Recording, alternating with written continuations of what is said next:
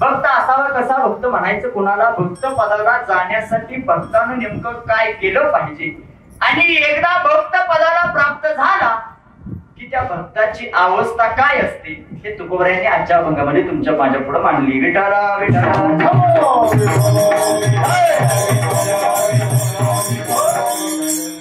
ज्यात तुकोबरायांचा गाथा आहे, 5वा वेद मानला जातो तुकोबरायांचा गाथा. त्यात प्रत्येक शब्द प्रयोग माझ्या तुकोबरायांनी जाणीवपूर्वक केला. तुकोबरायांनी अभंगामध्ये पहिला शब्द खर्च केला भक्त. ऐसे जाना कैसे जे देही उदास गेले आशा पास निवारो. तुकोबराय असंही म्हणू शकत होते ऐसे भक्त जाना जे देही. जर ऐसे भक्त जाना जर तुकोबराय म्हटले असते तर मग देहावर उदास असणारा प्रत्येक जण काय झाला असता? भक्त झाला असता. आणि मग असं देहावर उदास असणार गडी दुलवडीच्या दिवशी लय बघायला मिळतात. दुलवडीच्या दिवशी त्याला गडी बी गावत नाही आणि त्याला रस्ता बी गावत नाही. त्याला वडून आणावा लागतो. ही ही ही ही तुझं कर म्हणजे त्याला काय वेळ लागत नाही. त्याची सुद्धा अवस्था एक प्रकारची देहावरची उदासीनच आहे. पण तुकोबरायांनी आधी शब्द वापरला भक्त ऐसे जाना. पहिलं लक्षण सांगितलं गेले आशापास निवारुनी. आता हे पाश म्हणजे पुराणामध्ये 7 प्रकारचे पाश सांगितले. एक अहम, द्रव्य, तारा, स्वजन, ग्रह, पुत्र आणि 7व्या क्रमांकाचा पाश आहे तो आशा नावाचा पाश आहे. तुकोबराय सांगतात हे 6 अधिक आशा नावाचा पाश अंतःकरणातून जोपर्यंत जात नाही तोपर्यंत तुम्ही भक्त पदाला प्राप्त होऊ शकत नाही. तुकोबराय सांगतात हे 7 पाश घालवा, अंतःकरणापासून भगवंताची सेवा करा, तुम्ही भक्त पदाला प्राप्त व्हा. एवढंच नाही, त्या साधकाची अवस्था विषय तो त्यांचा झाला. तुम्ही म्हणाल महाराज साधकाचा विषय नारायणच का? दुसरा विषय का नाही? ऐका, विषय नारायणच का? त्यासाठी अवस्था उत्तरार्धात नावडे जन, नावडे धन, नावडे माता आणि नावडे. मग ही अवस्था झाल्यानंतर याच्या विषयानं शब्द झाला की मग विषय येतो त्यांचा झाला नारायण. दुसऱ्या चरणाचा 2 अंगाने आपल्याला अर्थ बघता येतो. एक विषय नारायणच का आणि विषय नारायण होतो कधी हे दोन्ही फक्त फिरवून सांगायचे. जनाविषयी धनाविषयी माय बापाविषयी अनासक्त झाला की विषय येतो त्यांचा झाला नारायण. नावडे जनधन माता पिता. आता आजच्या अभंगाचा तुकोबरायांना प्रश्न करावासा वाटतो. अनेक अभंगामध्ये तुकोबरायांनी गाथेमध्ये आईचं वर्णन केलं, काही अभंगामध्ये तुकोबरायांनी बापाचंही वर्णन केलं. आईचे वर्णन करणारे अभंग लेकुराचे हित वाहे माऊलीचे चित्त किंवा मातेची या चित्ती अवघी किंवा जिचे पिढे बाळ प्राण तियेचा विकळ हे तुकोबरायांच्या आईचे वर्णन करणारे अभंग. बापाचं वर्णन करणारा सुद्धा अभंग आहे. बाप करी जोडी लेकुराची ओढी आपुले कुरवंडी वाळवणी. बापाचं वर्णन करणारे अभंग तुकोबरायांचे आहे. मग आजच्या अभंगात तुकोबराया नावडे माता पिता असं का म्हणतात? प्रश्न पडला पाहिजे की नाही? गाय जरा कर प्रश्न. आपल्याला प्रश्न पडला पाहिजे. नुसतं जेवायसाठी सप्ताह नाही बरं का, पाया पडतो. प्रश्न पडला पाहिजे तुकोबराय असं का म्हणतात बाबा? म्हणजे मायबाप आवडू देऊ नको तुकोबराय असं का म्हणू शकतात? ऐका, तुकोबरायांचं पुढचं वचन ऐका. तुकोबराय सांगतात कोणते आईबाप आवडू देऊ नको? जे आईबाप देवाची सेवा करत असताना आड येतात असे आईबाप आवडू देऊ. मग पुराणात असा बापही आहे आणि पुराणात तशी आई सुद्धा आहे. पुराणातला बाप कोण? हिरण्यकश्यपू सारखा बाप म्हणजे भक्त प्रल्हादाचा बाप हिरण्यकश्यपू सारखा बाप, ज्यानं भक्त प्रल्हादाला आपल्या राज्यामध्ये नामस्मरण करू दिलं नाही, देवाचं भजन करण्यास बंदी घातली, तो भक्त हिरण्यकश्यपू सारखा बाप. आणि आई कुणासारखी? वा कैकेयी सारखी. आता मला तुम्ही महिलांनी सगळ्यांनी उत्तर द्यायचं, गडी बोलायचं नाही. महिलांनी ऐका इकडचे बरं का सगळ्यांचं. नाही तर तुम्ही म्हणाला आम्हाला नाव ठेवली ना आम्हाला कशाला विचारतो बाबा, तरी सुद्धा विचारतो. ऐका, कैकेयी चांगली होती का वाईट होती? वा वा वा. निम्या म्हणतात चांगली, इकडल्या म्हणतात वाईट. बुवा तुला लागल ती की पुढंच आमचा टाइमपास करू नको. ऐक बरं, ज्या ज्या म्हणल्या चांगली होती, आता इथं तुम्ही सगळ्याच सांगा चांगली होती, पण चांगली होती तर इथं बसल्यापैकी कैकेयी कुणा कुणाचं नाव आहे? हात वर करा बरं. आख्या मांडवात आख्या गावात का? आता तर म्हणला चांगली होती, नाव कसं काय नाही बरं कैकेयी? एक सांगू का तुम्हाला, कैकेयी चांगलीच होती. तुमचं उत्तर अगदी बरोबर आहे. कैकेयी चांगलीच होती. पण आदल्या रात्री तिच्या कानाला चिकटली कोण? हा वा वा वा लय तू सर्व बायका तुमच्या काळात. मंथरा नाव बी काय सुंदर आहे. मन जिचं मन कधी थाऱ्यावर नाही अशी ती तवा एकच होती. आता हसताय म्हणजे बहुतेक लय म्हणजे एका घराची दोन घरं झाली की समजायचं मंथरा आली. मंथराने तेच काम केलं ना. एक सांगू का, काही चांगलीच होती बाबा. मंथरा काही जवळ आली आणि म्हणते काही आगळी झाली का काय, तुझ्या पोराला वनवासाला लावती आणि तिच्याला गादी बसवती. हे असं कसं काय? असं नाही चालत. तुझ्याला गादी बसव आणि तिच्याला आवजीला 14 वर्षाचा वनवास प्रभू रामचंद्राला मिळवून दिला. ती काही सारखी आई आणि हिरण्यकशिपू सारखा बाप ना वडील माता पिता विषय तो त्यांचा झाला नारायण. आता जीवन धर्मी तुम्हाला पुढे सांगून दे. आधी माता पिता सगळ्यांच्या पुढे स्पष्ट व्यक्त केलं. साधक मंडळी तू कोबऱ्यांजवळ गेली. मानव समज आम्हाला तुम्ही सांगता ते हा हृदयातून भगवंताची सेवा केल्यानंतर भक्तपदाला प्राप्त होता येतं. विषय नारायण झाल्यानंतर भक्तपदाला प्राप्त होता येतं. जन धन माता पिता या विषयी अनासक्त झालं की भक्तपदाला प्राप्त होतं. आम्ही आमच्या आयुष्यात एवढं सगळं मिळवायला तयार आहे. पण आणि वाक्यात पण आलं ना की मागच्या वाक्याला किंमत का? मला गावाच्या एखाद्याकडे पैसे उसने मागायचा निवांत असतो. त्याला म्हणायचं रामभाऊ पोरीचं लग्न आलं ही साधा उसने देतो का रे? ती नाही ती म्हणत नाही पण वाक्य लय सुंदर वापरतो. ते म्हणतो दिला असतं बरं का तुला 20,000. पण म्हटलं की समजायचं ही जात या नारातली आणि आजपर्यंत कुणाला दिलं नाही. पण शब्द साधकांचा तुकोबराया म्हणतात कदाचित अजून त्या योग्यतेची नाही. पण प्रश्न ऐका म्हणून प्रश्न ऐकला. साधक मंडळी विचारतात पण आमचा फायदा.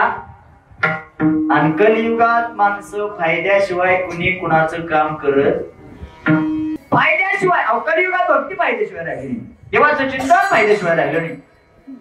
काहीच फायद्याशिवाय नाही. एवढंच मला सांगायचं. फायदा काय म्हटल्याबरोबर तुकोबराया सांगतात फायदा आहे का एकदा त्याला तुम्ही समर्पण द्या. तो देव तुमचं मागं पुढं करून रक्षण केल्याशिवाय राहत नाही. निर्वाणी गोविंद तुकोबरायांनी भगवंतासाठी वापरलेलं हे विशेषण आहे. निर्वाणी गोविंद असे मागे असे पुढे. मग कुणा कुणाच्या माग आणि कुणा कुणाच्या पुढं उभं राहून रक्षण केलं.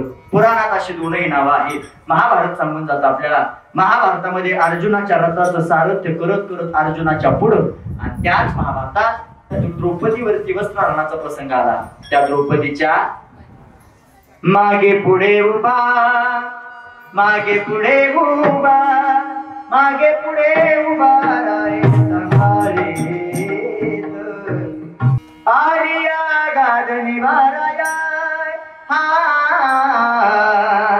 हो पडिये देह भाव पडिये देह भाव पडिये देह भाव पुरवी वासना.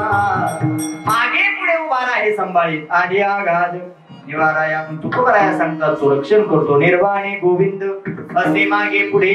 आणि ऐका मंडळी एकदा त्यानं रक्षण करायला सुरुवात केलं की अंतकरणातली कोणतीच इच्छा अपुरी राहत काहीच साकडे.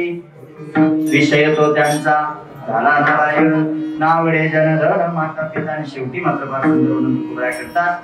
तुकोबराया म्हणतात बाबा उपदेश आहे बरं का शेवटचं चरण म्हणजे. तुकोबराया म्हणतात करता आलं तर एखाद्याचं चांगलं करा. तू काय म्हणे सत्य. जी माणसं सत्यानं वागतात जी माणसं नीतीनं वागतात जी माणसं धर्मानं वागतात कायम त्यांच्या सोबत राहा. करता आलं तर एखाद्याचं चांगलं करा. कारण आपला जन्म दुसऱ्याचं चांगलं करण्याकरता अजिबात झाला नाही. खुशालच नाही. तुकोबराया सांगतात नका करू. पण जे धर्मानं वागतात जी माणसं नीतीनं वागतात कायम त्यांच्या सोबत राहा. कारण नीती धर्म न्याय ज्यांनी ज्यांनी जपला आजपर्यंतचा इतिहास आहे. भगवंताला त्यांची दखल घ्यावी लागेल. पुराणा देऊ का हरिपाठातला देऊ का. द्वारकेचा रान पांडवा घरी द्वारकेचा रान. द्वारकेचा रान भगवान श्रीकृष्ण पांडवाच्या घरी का तर नीती धर्म न्याय जपून होते म्हणून सत्य कर्माच्या सोबत होती. आणि ऐका जी माणसं सत्य कर्माच्या सोबत असतात त्यांच्या सोबत देव कायम असतो. द्वारकेचा राणा आजी माणसं नीती धर्म न्याय सोडून वागतात, तुकोबरा उत्तर देतात गातलिया भय नरकात गेल्याशिवाय पर्याय नाही. ज्या देवाला हा नरदेह दिला, जेने हा जीव दिला दान, तयाचे करीन चिंतन. ज्या भगवंताला हा नरदेह दिला, आपलं प्रथम कर्तव्य आहे त्याच्या उपकारातून आपल्याला उतरवायचं. उपकार उतराय कसं व्हायचं, तयाचे करीन चिंतन. गायीन गुण तयाचे, जगत जीवन नारायण गायीन गुण तयाचे. त्याच्या ऋणातून उतरवायचं झालं तर आपण त्याच्या भजनात स्मरण अगदी मग्न झालो पाहिजे. पण ज्यांनी नरदेह देऊन सुद्धा देव आठवला नाही, कधीच मुखामध्ये देवाचं भजन आलं नाही, ऐका त्या सगळ्यांनी सावध व्हा. ज्यांनी अजूनपर्यंत देवाचं चिंतन भजन मनामध्ये केलं नाही, ज्ञानोबराय त्याचा सुद्धा पुरावा हरिपाठात देतात. यमाचा पाहुणा प्राणी होय यमाचा पाहुणा, हरिविना जन्म नरकाची पैजाना. यमाचा पाहुणा प्राणी होय, हरिविना जन्म म्हणजे हरीशिवाय जन्म, नरकाची पै. आणि पुढचा आहे का, यमाचा पाहुणा यमाच्या दारात गेल्याशिवाय पर्याय नाही. म्हणून तुकोबराय सांगतात सत्य कर्माला साथ द्या. काय काय माणसं एवढी विचित्र असतात, चालल्याला सप्ताह कधी बंद पडल याची वाट बघणारी माणसं असतात. बरं तसली गपी बसत नाही, ती घरोघरी असत बरं का काढून मारा. ते प्रत्येक जिथं जाईल तिथं ती जात असती म्हणजे त्याला ते चांगलं चाललेलं बघवत नाही, ते गप बसत नाही. ते कीर्तनाला येतं, एका कोपऱ्यात बसतं, एक जोडीदार संघ घेतो, चालू कीर्तनात त्याच्या गप्पा असतात. हे बुवा कुणी सांगितलं असं दिसतंय असं कुठं कीर्तन असं सांगतात होय जाऊ. हा बघू कुठं बोलतोय कुठं. बरं गायन काय आपल्या भागात नव्हती का, दुसरीकडनं बोलवायची काय गरज होती का. बरं पकवाज काय पुरीनं वाजवायचा असतो का कीर्तना, पण पोराने वाजवायचा असतो. हे कसं, हे तसल्याची भावना सिस्टीम असते. कुठं असते का बंग बंग बंग बंग करत काय, कुठं बॉक्स लावलं कुठं करणं. बोंग म्हणत होतो मंदिरावर नको बांधू, झाडावर बांधा. अरे तू एकदा सगळं बोंग घेऊन घरी जा, समाजात तरी होईल एकदा सप्ताह बंद. अशा विचित्र स्वभावाची माणसं लक्षात ठेवा.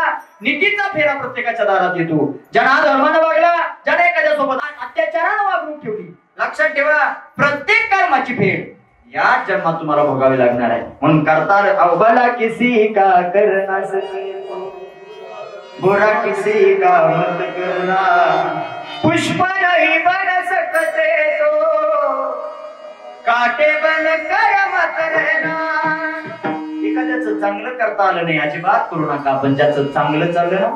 एक सांगू का तुम्हाला काय जरा कर, आपल्यामुळं दुसऱ्याला त्रास कधीच आयुष्यात झाला नाही पाहिजे. कारण आपल्याला दुसऱ्याला त्रास देण्याचा अधिकार या जगात कुणी सुद्धा पाहणार नाही. काय अधिकार आहे आपल्याला दुसऱ्याला त्रास देण्याचा? प्रत्येकाला स्वतःचं आयुष्य जगण्याचं स्वातंत्र्य आहे. इथं एकाला दुसऱ्याला नावं ठेवण्याचा अधिकार एकमेकाला नाही. लक्षात ठेवा, जो चुकला त्याचं भोग त्याला भोगावं लागणार, जो नीतीनं वागला त्याचं फळ त्याला मिळाल्याशिवाय राहणार नाही. आयुष्यात तेवढंच जपा गाड्या. तुकोबराया सांगता सत्य कर्माच्या सोबत राहा. नाही राहिला का तरी यावय नरका जाणी, विषय तो त्यांचा झाला नारायण. नावडे जन धर माता पिता विठ्ठल.